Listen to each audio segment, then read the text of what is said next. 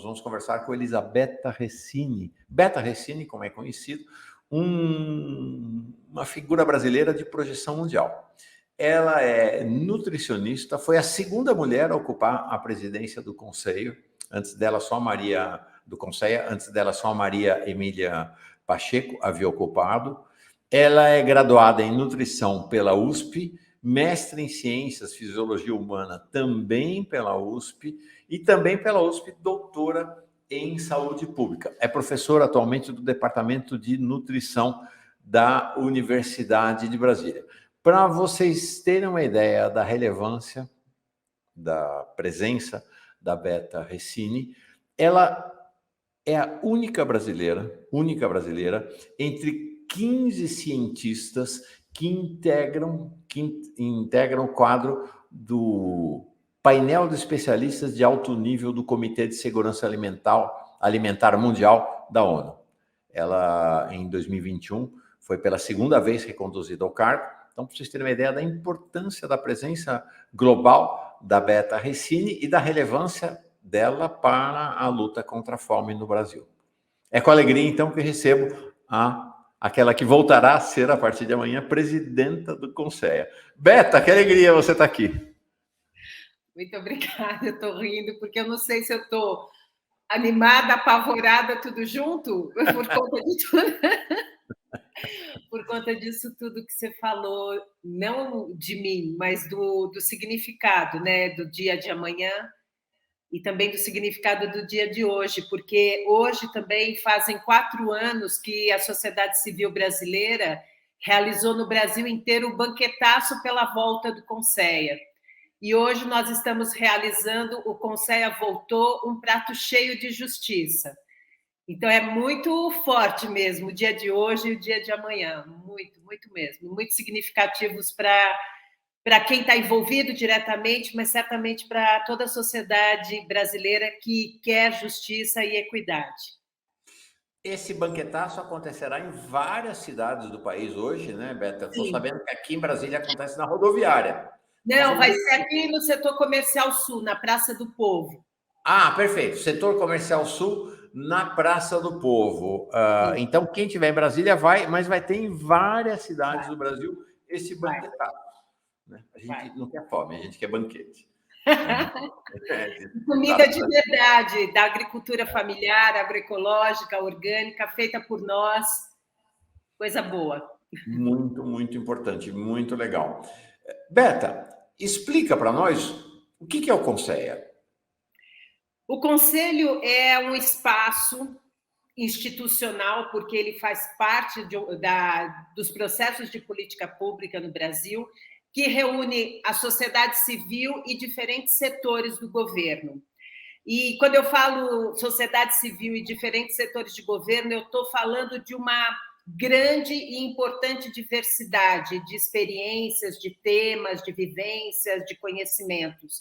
Então, o Conselho é o espaço onde esses diferentes sujeitos sociais, setores da sociedade civil organizada, têm a oportunidade de ter uma interlocução oficial, institucionalizada, com diferentes setores de governo, para apresentar suas demandas, suas visões, suas propostas e também suas práticas e sua sabedoria.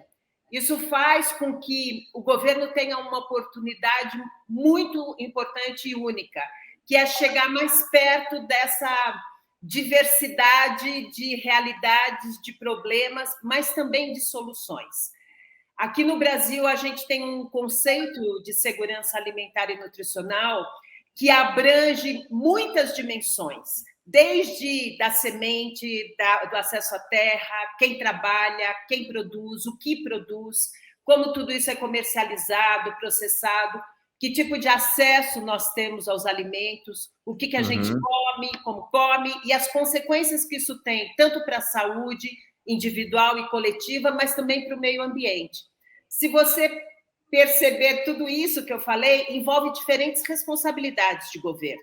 Não é só a saúde, não é só a agricultura, não é só o desenvolvimento social, não é só, por exemplo, as cidades em relação à organização urbana, mas são todas essas áreas que precisam ser articuladas para a gente realmente garantir produção e acesso a alimentos adequados, saudáveis, produzidos de maneira sustentável para todo mundo, porque ele é um direito humano.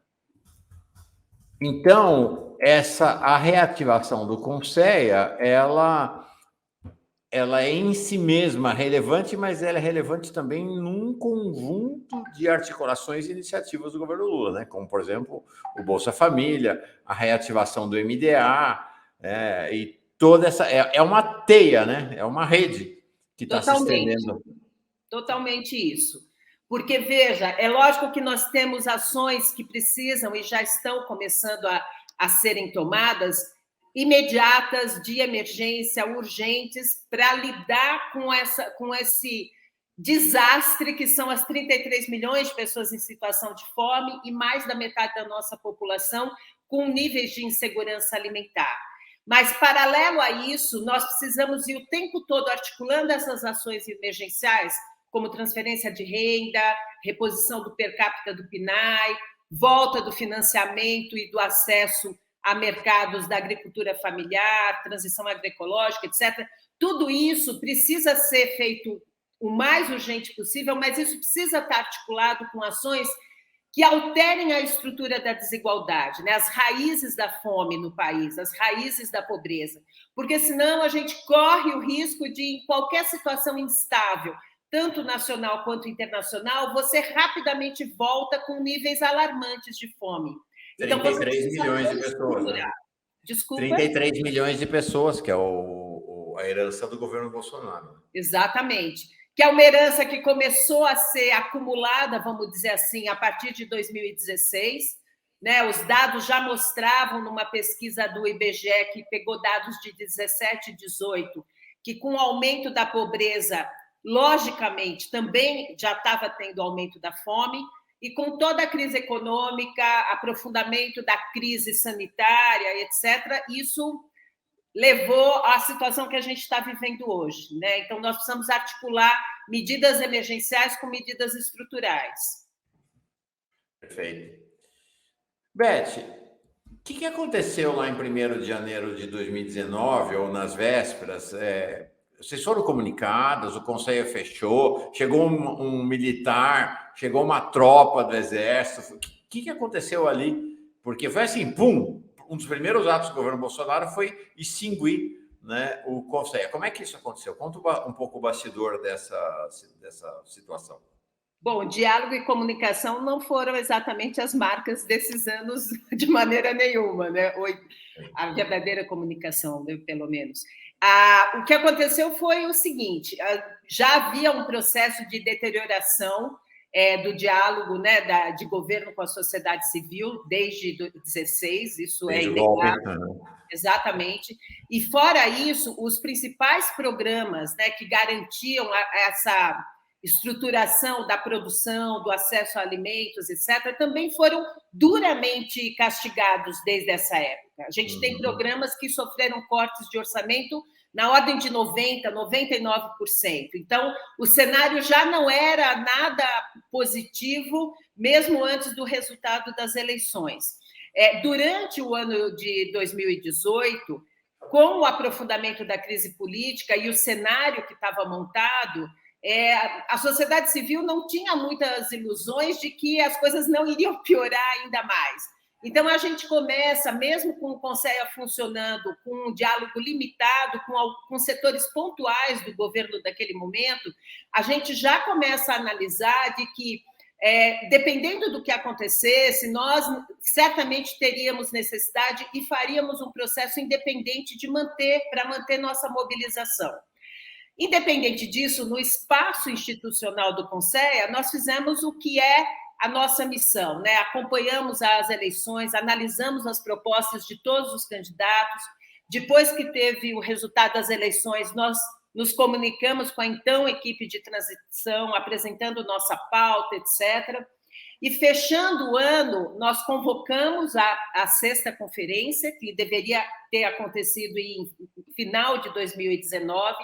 Realizamos uma grande reunião com a sociedade civil de mais de 10 conselhos de políticas públicas, onde a gente emitiu uma carta em defesa da participação social, enviamos para a equipe de transição daquele momento, etc. Enfim, fizemos a nossa parte e no dia Tudo isso em dezembro de 2018. Entre novembro e dezembro de 2018. Em 1º de janeiro de 2019, lendo o Diário Oficial, nós recebemos a notícia da proposta da estruturação do governo federal para aquele mandato, aonde estava a extinção do Conceia. Bom, imediatamente começou uma grande mobilização nacional e esse é um aspecto muito importante de pontuar. Quem está mais envolvido com esse processo identifica, logicamente, a importância do que está fazendo, não do ponto de vista individual, mas coletivo. Mas a mobilização que nós conseguimos gerar para pessoas, organizações e movimentos que atuam na área, mas não estavam ligados diretamente ao Conceia, foi incrivelmente grande, assim, inclusive do ponto de vista internacional. A gente lançou um abaixo-assinado, a FIAN Internacional lançou um abaixo-assinado internacional. A gente teve milhares e milhares de assinaturas pela volta do Conceia. Fomos para dentro do Congresso falar com os congressistas e, numa primeira votação, a gente conseguiu derrubar esse item, né? Mas, quando foi para a sanção do presidente, ele vetou e, quando voltou para o Congresso, a gente não conseguiu derrubar esse veto. Ok, então o que nós fizemos? Em março e abril de 2019, nós convocamos uma conferência popular por soberania e segurança alimentar e nutricional. E essa conferência foi convocada numa reunião ampliada do Fórum Brasileiro por Soberania e Segurança Alimentar e Nutricional, onde nós nos colocamos que a gente ia continuar. Não era a institucionalidade que acaba com a agenda, né? Nós íamos continuar e seria um processo de mobilização permanente em defesa, né, dos programas, das políticas públicas. E assim continuamos, num processo que naquele ano a gente ainda tinha a perspectiva de fazer um grande encontro nacional independente, mas com a chegada da pandemia no início de 2020, a gente reorganiza a nossa estratégia e a gente começa um processo de mobilização remota e virtual, como o planeta inteiro fez, né? E logo no início da pandemia, quando a gente ainda não tinha nem chegado na primeira onda, né, no primeiro pico da pandemia, a gente lança uma agenda, né, dirigida ao governo federal e aos governos estaduais, para que eles adotassem medidas emergenciais em defesa, né, da alimentação adequada e saudável.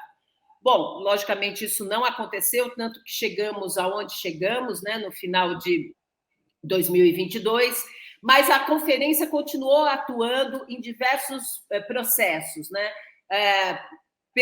Por exemplo, a gente atuou junto com um conjunto de organizações em defesa do auxílio emergencial, ao valor do auxílio emergencial, a reorganização do programa de alimentação escolar, e assim fomos indo, né, para não deixar a história muito comprida, e também lançamos uma carta para as eleições municipais, mostrando que não é porque a gente não tem políticas federais que o nível municipal, seja o legislativo, seja o executivo, não tem espaço para atuar na garantia da segurança alimentar e nutricional. Há um conjunto de medidas que podem, e há muitos municípios que já fazem isso. Então, a ideia era meio popularizar essa agenda desse nível mais local. Várias organizações fizeram isso, a gente fez muitos movimentos em cooperação, em parceria. Diga. Não, por favor, termina. E aí, só para chegar em final de 2022, quando a gente também se prepara para as eleições de 22, a gente realiza, no segundo semestre de 21, um Tribunal Popular contra a Fome. Porque nós temos, no Supremo Tribunal Federal, duas ações que foram introduzidas no Supremo para que, exigindo naquele momento que o governo federal tomasse medidas de combate à fome. Nós, então, realizamos esse Tribunal Popular, onde o governo federal foi condenado, nós soltamos uma sentença e anexamos essa sentença aos processos do Supremo. Qual que é a ideia, então? Apesar do espaço institucional ter se fechado, a sociedade civil brasileira não só continuou, mas nesse momento eu ouso dizer que nós temos um nível e uma diversidade de mobilização que superam o que a gente tinha no final de 2018. E esse é o grande valor da reinstalação do Conselho amanhã. A gente não recomeça do zero, muito pelo contrário, a gente dá mais um passo importantíssimo num processo de mobilização que não parou. Sabe que você traz algo interessante, Beta? Posso te chamar de Beta? Por favor. Tá. Porque, assim, incrível. Existe uma vida... Tem, assim, tem um mar que é a sociedade brasileira e que ninguém esgota o mar. E que ele continuou troando nesses 4 anos. Então, é muito interessante o que você traz, porque eu vejo em outras áreas, até direitos das mulheres, luta contra o racismo, que mesmo num governo de perfil fascista como o do Bolsonaro, houve resistência e avanço. E avanço, não por concessão, não por bondade do governo, mas porque foram arrancadas conquistas ou mantidas conquistas ao longo do governo. Esse mar, que é o povo brasileiro, continuou troando, continuou rugindo e conseguiu avanços, por exemplo. É um grande avanço o que você falou. Você não está retomando... A história não acabou dia 1º de janeiro, eu até tinha dado uma interpretação equivocada aqui, né, que a gente ia retomar. Nós não vamos retomar 1º de janeiro de 2019. Nós vamos continuar uma história que foi escrita nesses 4 anos. É muito legal essa ideia, muito legal. É muito forte, né? Porque não é uma questão só de continuar. Se você olhar para dentro da sociedade civil brasileira, você vai ver não só a diversidade de sujeitos que entraram, que se fortaleceram, mas também as formas de organização. Né? Hoje a gente tem uma miríade de oportunidades das pessoas atuarem politicamente, seja num espaço mais local, seja num espaço mais amplo. Então, isso é muito forte. E isso é, ao mesmo tempo, uma grande fortaleza e um grande desafio também para um espaço institucional que, por natureza, tem limitações. Né? Então, por exemplo, a volta do Conselho é um compromisso importante que esse coletivo assume, que é dar voz e dar espaço para tudo que, não só para tudo que está dentro do Conselho, que é muito, por sinal, mas para tudo também que está fora. Esse diálogo, né, da institucionalidade com a participação real é fundamental para dar força para nossas propostas. Bem legal, bem legal. Elizabeth está dizendo aqui assim, ó, bom dia, Mauro, escuto a fórum no fone porque estou no trabalho, mas vim, né, ao chat comentar porque sempre acompanhei o trabalho da Beta Recine, e ela diz assim, Beta Recine é ótima, é vanguardista, progressista, uma grande mulher, feliz e próspero retorno, querida. Muito obrigada, recebo de coração aberto todos esses bons desejos e a força, e eu espero que nesse processo da conferência, que a gente tenha uma meta audaciosa de realizá-la ainda esse ano, que a gente realmente construa um processo muito, mas muito inclusivo mesmo. A Thelma diz assim, Beta Recine é uma grande referência na luta pelo direito à alimentação. Como nutricionista e sanitarista, só orgulho. Tá bom esse já. Beta, então, se eu entendi, você e os conselheiros que estavam no Conselho, né, na gestão 2017 e 2019, retomam os seus mandatos amanhã, é isso? Isso. Tá. Isso foi uma proposta que foi sendo amadurecida no processo de 2022, foi apresentada para a comissão, para a equipe de transição, via aquele grupo técnico de desenvolvimento social e combate à fome, foi apresentada uma proposta assim, o presidente Lula concordou e assim vai ser. Né? Nós vamos retomar com a diversidade que existia no final de 2018. São quantos conselheiros e conselheiras? A proporção do Conselho é 1/3 governo, 2/3 sociedade civil. No momento da extinção, nós tínhamos 20 setores de governo participando. Então, são 20 setores de governo, 40 de sociedade civil, titulares e 40 suplentes. E entre essa diversidade, você vê assim, povos indígenas, população negra, pessoas em situação de rua, catadores, gente do campo, gente da cidade, defensores de direito. É bem importante a diversidade que nós temos no Conselho, muito importante. Que gente diferente que Muito, passou a frequentar o Palácio do Planalto, né? De muito, janeiro muito. para Sim. cá. O Brasil realmente entrou para dentro de novo, né? Eu soube que haverá uma conferência no segundo semestre para, né, vamos assim,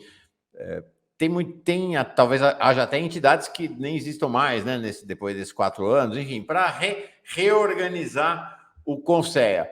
A próxima conferência, disseram-me que será no segundo semestre, ela vai ser a própria sexta conferência ou vai ser a Não, sexta? é isso mesmo, é isso Tá. mesmo. Aquela que não aconteceu. Ok.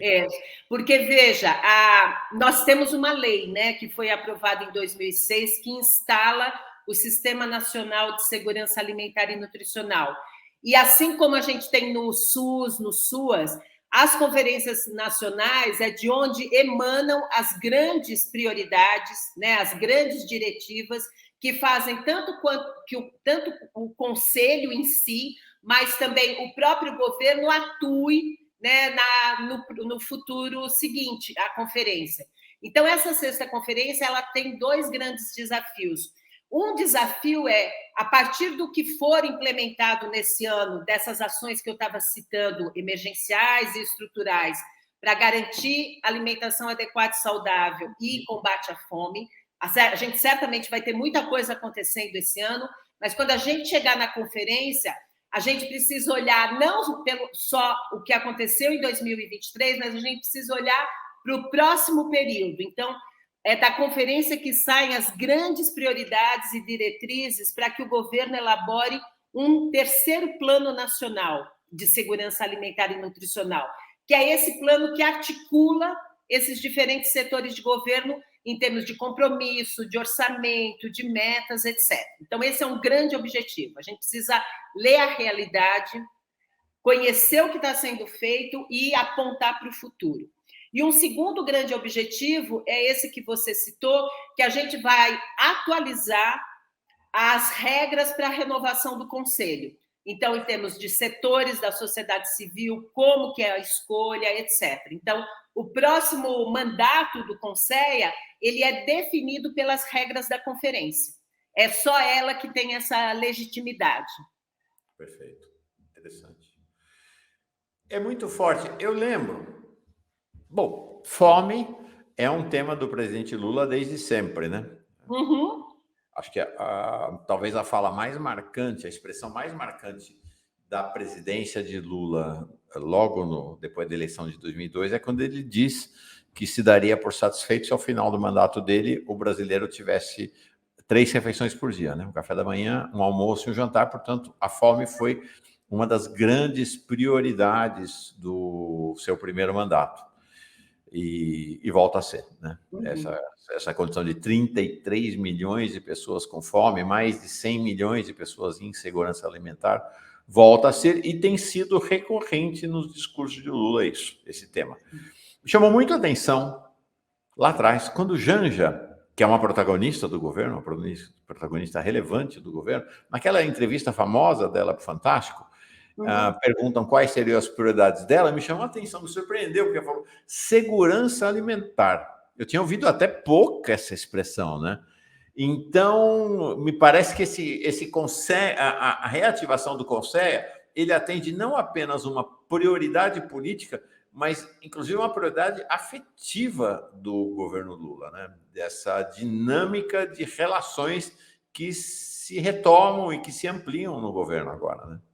Sim, e veja, esse tema, ele é um tema tão básico, ele é tão básico, tão essencial e, ao mesmo tempo, tão desafiador de ser conquistado, né, que ele cria um vórtice de energia assim, que gera processos extremamente produtivos e extremamente valorosos, né?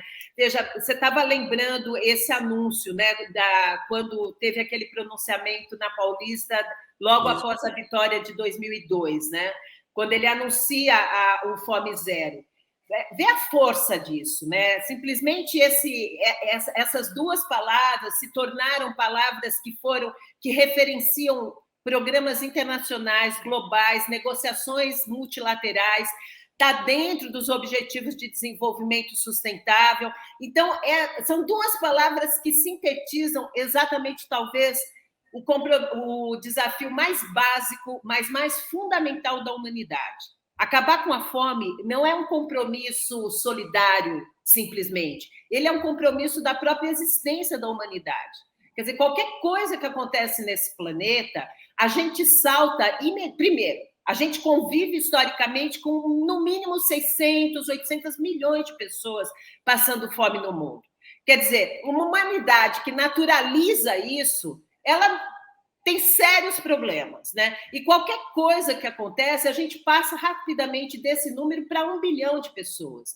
Então, você manter esse compromisso é manter um compromisso não só de aliviar a fome, mas mudar as raízes. E mudar as raízes não é simples, a gente viveu isso. A gente conquistou resultados estupendos em 1 década e meia, e nós perdemos esses resultados em 5 anos. Né? Então, veja como é tão profundo, né? Como é tão profunda a determinação da fome. E se a gente não investir nessa mudança de uma maneira muito sistemática, muito séria, muito estrutural e estruturante, a gente não vai resolver esse problema. Então, é importantíssimo assim, o quanto, durante todo 2022, na verdade, desde da própria...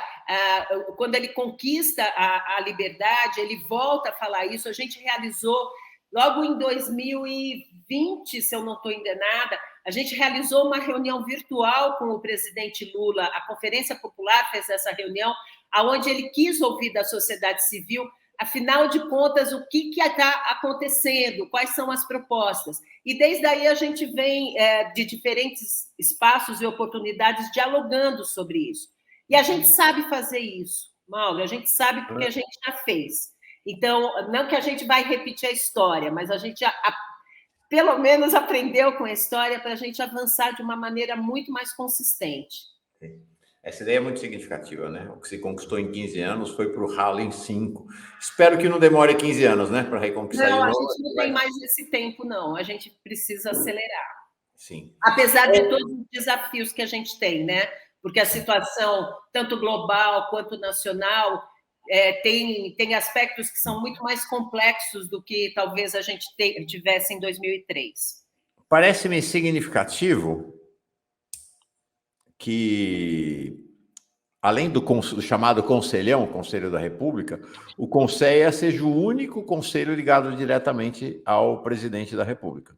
Não tem nenhum outro conselho. Os outros conselhos são ligados a ministros, a outras estruturas de governo. Então, me parece que isso sinaliza claramente para a sociedade a relevância do combate à fome, né? Então, sim, essa conexão. Vocês, onde vai ser a sede do Conselho? A gente fica Quem é o secretário-geral do Conselho é o ministro da Secretaria-Geral da Presidência. Então, a gente tem uma interlocução, a gente assessora a Presidência da República e é apoiado no nosso cotidiano, vamos dizer assim, né?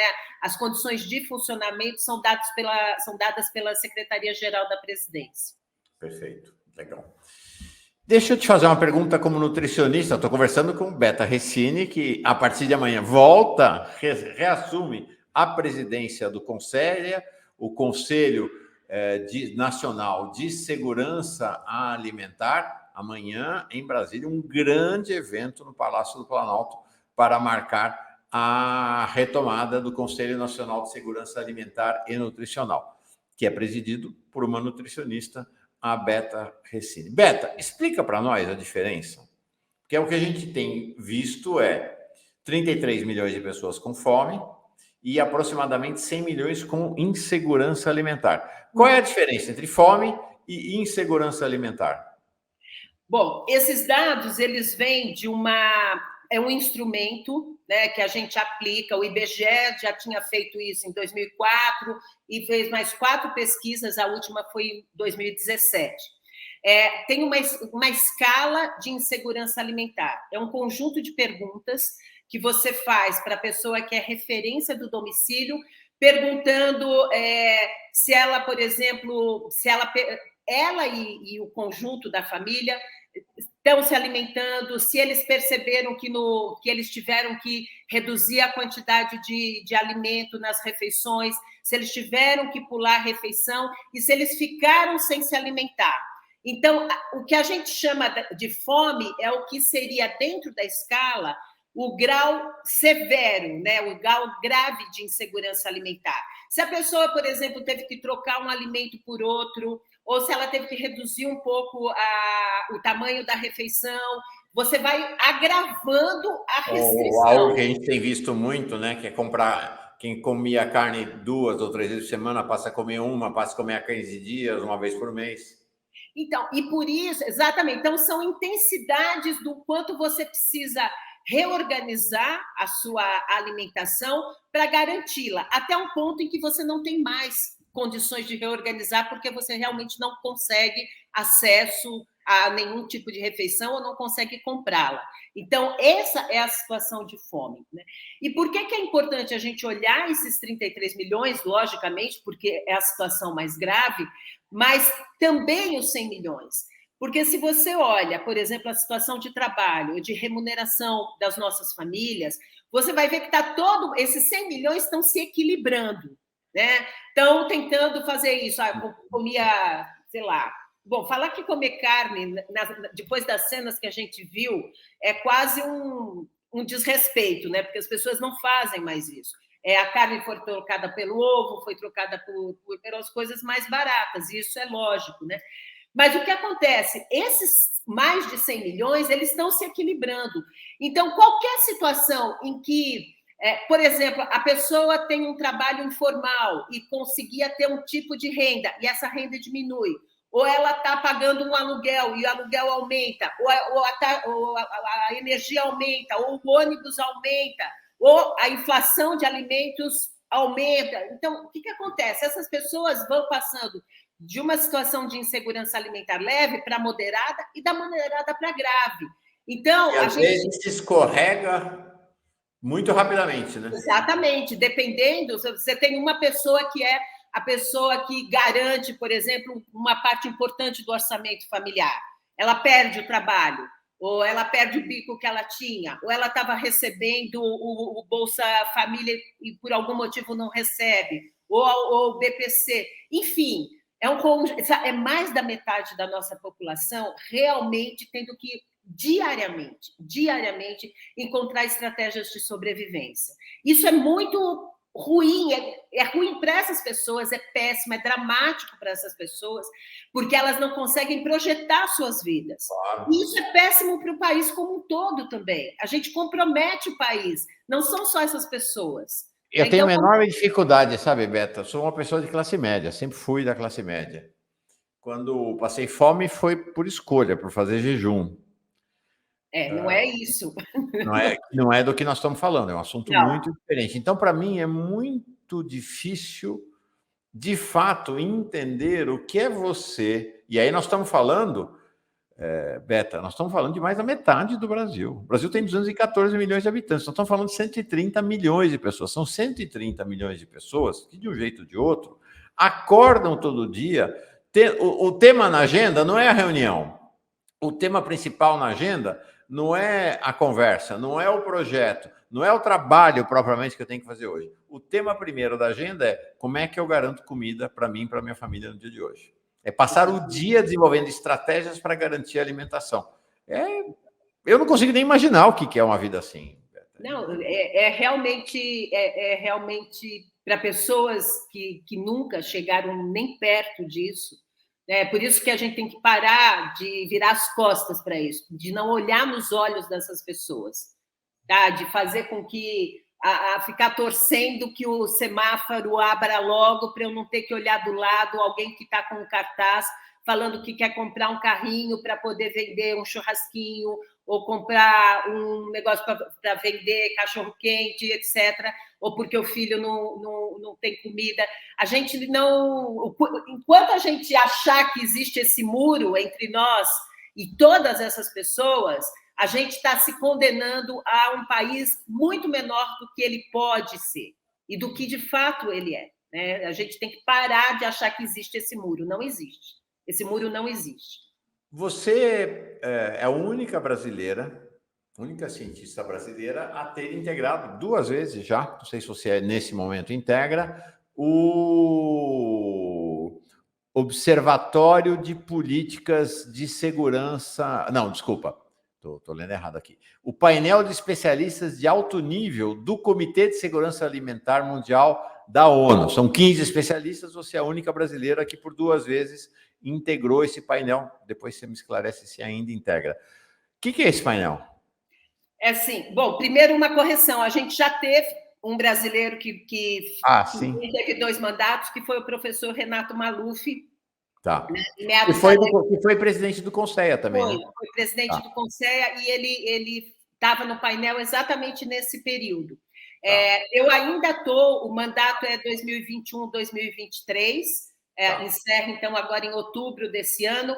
O que é esse painel? Existe no ambiente da ONU um Comitê de Segurança Alimentar Mundial, que ele tem sede na FAO, né, na Organização para a Alimentação e Agricultura, mas reúne as diferentes agências da ONU e, logicamente, os países que compõem a ONU. Esse comitê é um comitê bem interessante, inclusive porque ele teve uma reforma em 2009 absolutamente inspirada no que a gente fazia aqui no Brasil em termos de espaços de organização.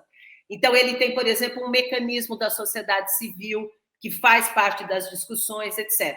Esse comitê tem a responsabilidade de fazer negociações interpaíses para que se assumam compromissos para redução da fome, aumento da produção de alimentos saudáveis, compras públicas, enfim, todos os temas ligados à segurança alimentar e nutricional. E ele tem como espaço de assessoria um painel de especialistas, que tem uma chamada aberta. Qualquer especialista que queira se candidatar, a cada 2 anos você pode se candidatar, existe um comitê de seleção, são selecionados, etc., e aí você trabalha. Que trabalho é esse que esse painel faz? Quando o comitê decide algum tema, né, que vai ser discutido pelos países para chegar em algum acordo de política pública, etc., ele encomenda para esse painel um relatório.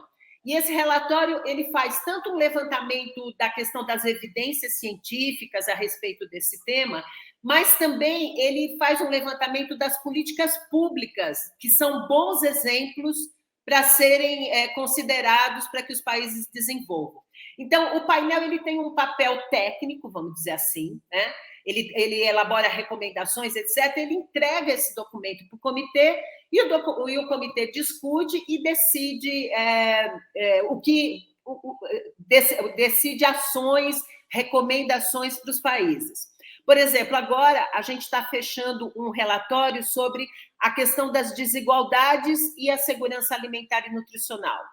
A gente vai começar a preparar um relatório sobre as conexões urbano e rural, pensando na importância de você organizar as cidades para que elas realmente, a gestão pública, tome responsabilidade sobre as políticas alimentares. Então, a questão do abastecimento, agricultura urbana, etc. Então, o painel tem essa responsabilidade, né? Ele como que alimenta as discussões dos governos a respeito de diferentes temáticas. Já fez sobre agroecologia, já fez sobre a questão de gênero, juventude, preço de alimentos, desperdício, enfim, tudo que você imaginar. A gente está agora, esse que eu falei para você, que vai ser as conexões urbano-rural, vai ser o 18º relatório. Então, são 18 temas ao longo desses anos que foram elaborados. Que legal. Hoje tem... Sabe como é que é filme, né? Tem a estreia, que é amanhã, mas tem a pré-estreia. Então, a pré-estreia acontece hoje em várias cidades do Brasil, com o Banquetaço 23 para marcar a volta do CONSEA. né? Um prato cheio de justiça social acontece em Brasília, nesta segunda-feira, na Praça do Povo, no setor comercial sul, aqui em Brasília. A que horas? Começa às 11 horas. 11 da manhã? Isso, tá para começar. E vai o dia inteiro? Não, ele vai ficar ao redor do horário do almoço. E quem tiver interesse é só entrar no perfil do Banquetaço do Instagram, por exemplo, tem a programação do Brasil inteiro. Dependendo da cidade, muitas coisas vão acontecer ao redor do horário de almoço, mas tem cidades que vão fazer mais à tarde. Aí varia muito da organização local. Você vai lá, né? Estou indo. Tá bom. Legal. Qual a tua última... como é que você gostaria de encerrar essa conversa sobre a maravilhosa volta do Conselho amanhã? Nossa, isso é muito difícil. Eu tenho pensado muito nisso, sim. Eu acho que eu gostaria de encerrar essa entrevista começando um processo de real articulação e participação da sociedade civil dentro de um governo que tem enormes desafios e que os diferentes setores de governo identifiquem, compreendem e tomem para si as responsabilidades e os compromissos que eles precisam ter para a gente realmente articular as ações emergenciais com as ações de mudança estrutural desse país e que a gente não acabe só com a fome. A gente garanta, de uma vez por todas, alimentos saudáveis, sustentáveis para todo mundo, sem exceção, sem exceção. Comida de verdade para todo mundo. E não é poesia, não é utopia. É também poesia, é também utopia, mas é uma realidade viável para nós. Vou te fazer uma pergunta, não sei se você tem condição de responder já. Se não tiver agora, volta para responder mais adiante, quando o Conselho estiver atuando. Mas qual é a tua projeção, de fato, para em quanto tempo a gente acaba com a fome nesse país e em quanto tempo se elimina essa chaga da insegurança alimentar? Nossa, isso é muito difícil. Eu não consigo te responder isso agora. Eu acho, sim, a reestruturação do Bolsa Família vai fazer uma diferença enorme, porque ela vai levar diretamente para essas famílias um recurso necessário para que elas possam se reorganizar, né? Então, para elas poderem ter uma estabilidade para comprar alimento, para poder comprar o uniforme da escola, o caderno, o sapato, pagar a passagem de ônibus, enfim. É um dinheiro que se multiplica dentro da casa e se multiplica dentro da comunidade também. Isso é fundamental. Eu acho que uma outra coisa, a gente também tendo a recuperação do per capita do PNAE, a gente também consegue um resultado, não vou dizer que é imediato, mas de muito curto prazo. Quer dizer, o PNAE hoje fornece 50 milhões de refeições diariamente. Isso não é pouca coisa, são 50 milhões de crianças que têm uma alimentação garantida diariamente durante o período escolar. E com anúncios que estão já prometidos, como a recuperação do programa de aquisição de alimentos e a retomada do apoio à agricultura familiar, eu acho que a gente consegue começar a movimentar essa engrenagem e daqui até o final do ano a gente já começa a perceber que as coisas estão começando a mudar. E tem também o anunciado recuperação do salário mínimo, diga-se de passagem, que é absurdamente fundamental. Então, acho que a gente começa a perceber que o Brasil realmente está mudando, né, daqui para o final do ano, e a partir da consistência dessas medidas, a gente tem mais 1 ano e meio, 2 anos, onde a gente sai desse, não é nem subsolo, né, desse buraco que a gente se enfiou e já começa a subir. Perfeito. Eu fiz uma reportagem que a gente publicou hoje, agora estou aqui na sucursal de Brasília, dizendo que nunca antes na história desse país, você já ouviu alguém falar essa expressão? Não. Nunca antes na história desse país, como diz o nosso presidente Lula, governar foi sinônimo de comunicar. É impressionante essa qualidade deste governo, não apenas do presidente Lula, mas se olha para o ministério, é um ministério que entendeu. Governar e comunicar são sinônimos, né? Eu faço e comunico, eu comunico e faço, e é o tempo inteiro esse processo, evidentemente, muito facilitado pelas redes sociais. Aí, então, quero dizer o seguinte, você comunica muito bem, Beta, impressionante, impressionante. Você tem empatia, clareza, traduz aquilo que é difícil, você transforma em fácil, tem entusiasmo, tem gana, tem... Você é uma grande comunicadora. Já sabia que você era uma grande nutricionista, agora sei que você é uma grande comunicadora, e isto é fundamental para pensar um novo país, né? Retomada dos processos dialógicos de comunicação, assim como os processos de combate à fome, assim como todos os desafios que o país tem pela frente. Parabéns, que seja uma presidência luminosa aí, essa continuidade da sua trajetória no Conselho. Obrigado, Beta. Muito obrigada, Mauro, pela oportunidade, e eu espero que você esteja amanhã lá. Opa! Irei. Tá bom. Muito Obrigado. obrigada, muito obrigada. Tchau para vocês. Bom dia. Até. Tchau.